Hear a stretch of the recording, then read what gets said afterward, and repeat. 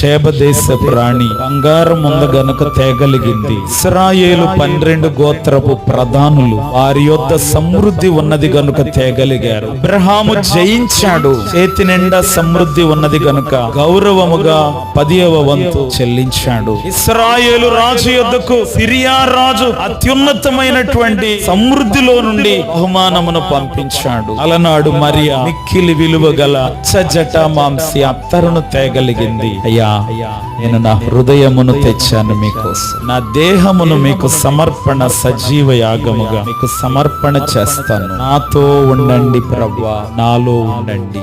హల్లెలూయా.